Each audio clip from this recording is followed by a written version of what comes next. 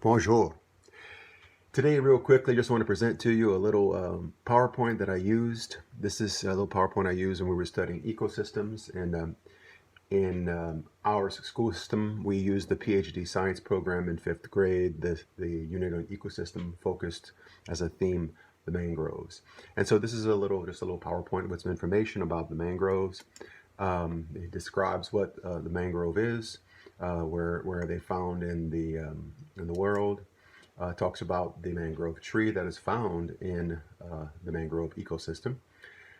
It discusses the fauna and the flora, such as the certain sharks that live here, different fish, like for example fiddler crabs, which are found in this area as well.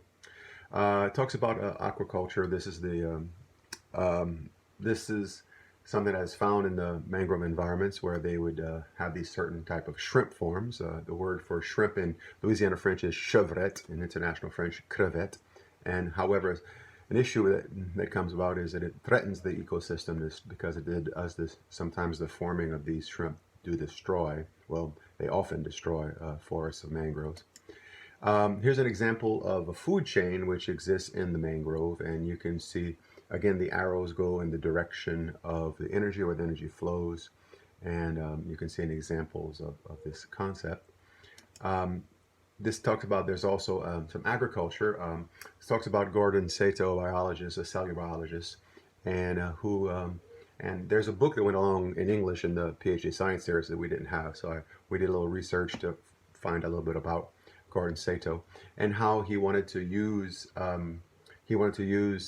the mangroves to help folks who are in areas, impoverished areas, desert areas, with providing them what they needed to feed their sheep and their goats. The sheep and sheep, mouton, and goats, cabri or chèvre more internationally, and they would feed them the leaves of the mangrove tree. And so I did this little thing where we had some of these different little images here reflecting different parts of a food chain. And then the students gave them an example of a food chain from another idea. And then they had to show, cut them out and then paste them and put them in the correct parts of the food chain. And so this little activity the students can use.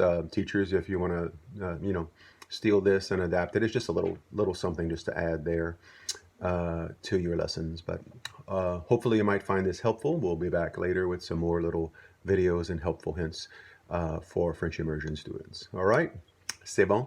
À la prochaine. Merci beaucoup.